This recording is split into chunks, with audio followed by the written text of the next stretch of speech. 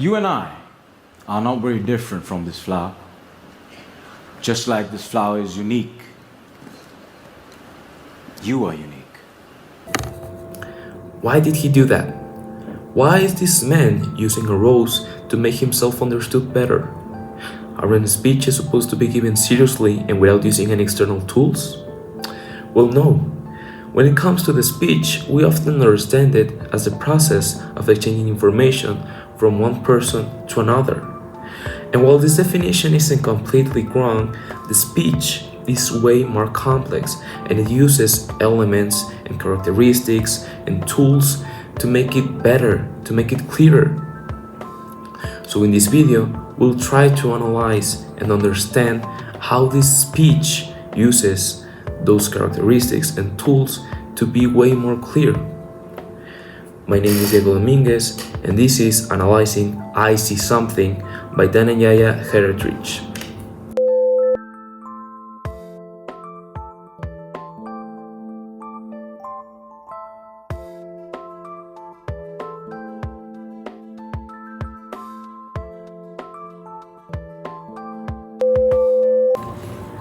So first, let's start analyzing the content of the speech. And I know that this might seem like a normal speech or something that is not that deep, because after all, it's the story of how Dananyaya went from being a problematic teenager to a teacher and a man that is good at giving speeches and talking. But we need to see over this self-improvement facade, because after all, the speech is not only about exchanging information, but the way we're exchanging that.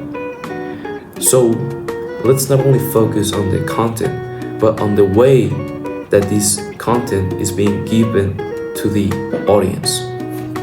So first, let's grasp on the basics of the speech, and then we'll move to talk about the 9 nonverbal communications on the speech and how are they present.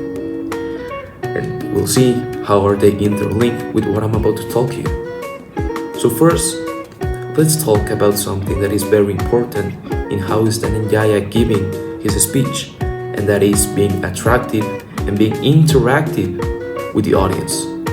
Because there is a rule in discourse and speech giving that is that you can't lose your audience and their attention on the first seconds of your speech, because if you do so, then your speech won't have the impact or receive the attention that you wanted. Because let's say that I start like this: oh hi, my name is Diego and I'm going to talk to you about this. You will be like, oh my god, this guy, he's like the 10th guy that comes in the week and say the same thing, right? We need to be different and to be attractive to the audience, and that's why Dananyaya used this rose and throw it to the trash can, because he wanted to be different, to be attractive to the audience. You know, that's why it's important to be different. In this sense, in order to be attractive to your audience, you also need to be interactive.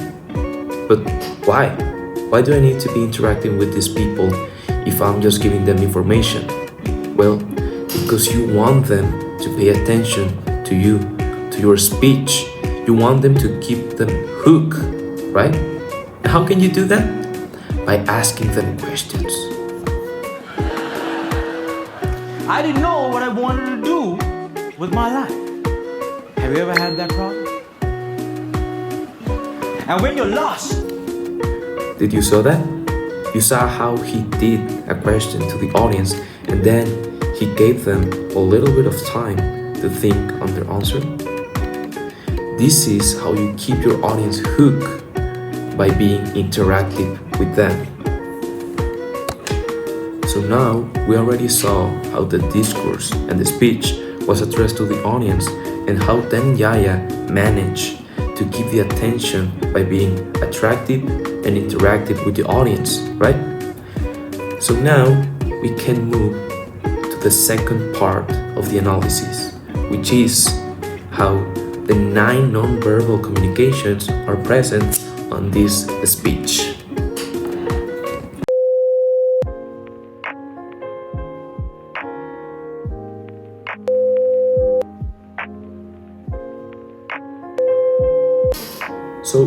talk about body language, we refer to the process of communicating non-verbally through conscious or unconscious gestures and movements. It includes posture, walking, sitting, using your hands, and all that stuff. And I want you to see how it's addressed in the next clip. Self-arrested. Now, I wasn't afraid of the cops, but there was one person I was very afraid of, and that was my mama. Raise your hand if you have an emotional mother. Let me see. Put them all together, you get mama. Did you see how Diana is using his body to emphasize in certain points or giving them more impact on the audience? Like for example, when he talked about his mama, he did this with his hands, yeah, to be more attractive. And he's also at the same time walking through the platform to show confidence and to show that he knows what he's talking about, because it won't be the same if I go like to you and talk like this, not wanting to look to your eyes and maintaining visual contact, right? He's trying to show confidence using his body and to emphasize in certain points.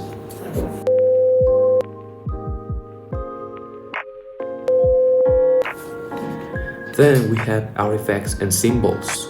When we talk about this, we refer to visual or tangible elements or tools that convey a meaning without using spoken words.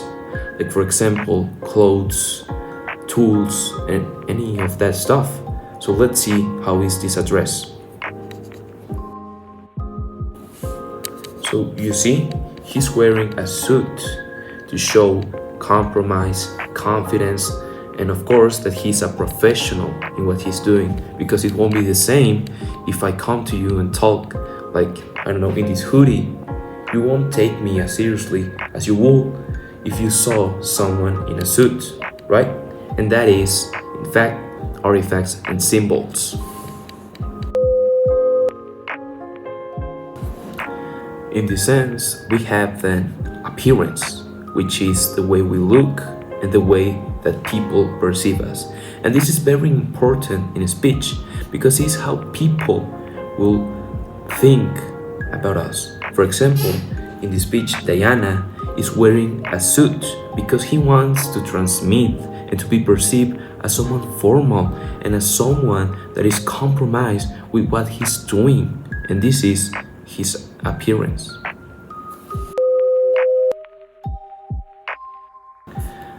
Then we have paralinguistics, which are the elements of nonverbal communications that intend to go beyond the word themselves.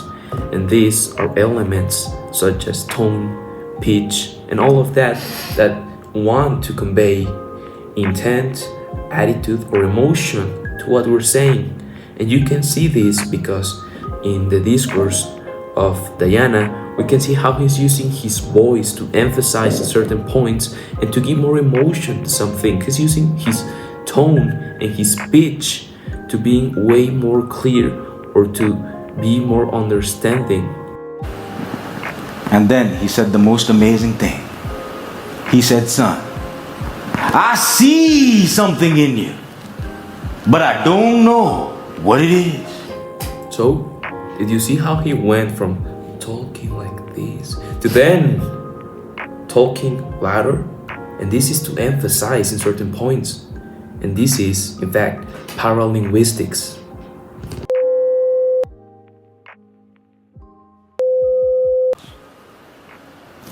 After successfully completing college, I found a great girl, but not. Well, I don't think that I should explain what are facial expressions, but there are the movements of the muscles of our face that convey emotions or attitude or intent. And we can see how in this clip Diana is smiling, yeah, like this. And facial expression is used to convey happiness to the speech, right? But there was one person I was very afraid of, and that was my mama. Raise your hand if you have an emotional mother. Let me see. Put them all together, you get mama. did you see what he was doing with his hands? He was doing this, right? Like trying to emphasize in something. Those are called gestures and are movements of hands or movements of the head that are trying to convey a meaning without using any words. And that's why Diana did. He used this to try to convey some meaning without using any words. I mean, he talked, right? But this is to support what he's talking. Then we've got proxemics, which is the study of how people use and perceive physical space in interpersonal communication. And in this speech, we can see that Diana is not talking from face to face, right? He's at a public space, like 12 feet or more distance from the audience. And this reflects that he's not willing to a more personal interaction with his audience. He's trying to tell his story, but not really willing to talk face to face. And this is important to understand the context and the power relation that formed during the speech. Then finally, we've got eye contact, which is the act of looking directly into your eyes. And as you can see during this video, I've never looked to another side that wasn't the camera. And why is this? Because I need to show confidence and I need to show you that I know what I'm talking about. And if I was like this, looking or reading at something, you will notice that I don't know what I'm talking about, and then you'll be like, ugh, this guy doesn't know what he's talking about, right? This is why it's so important to keep looking at your audience, to maintain eye contact. So now that we already grasp on the basics of the speech and that we already analyze it through the 9 nonverbal communications, you now understand the importance of using these aspects to convey emotion and add meaning to what you're saying. Because I could say the same that Diana did. I could use the same speech, the same words, and the same story. But it wouldn't have the same impact on you if I said it like this, close, with my eyes looking down and with a lower tone, right? That is why it's so important to understand about the 9 nonverbal communications of the speech. I hope you really liked this video and that you understood what I'm talking about. See you later.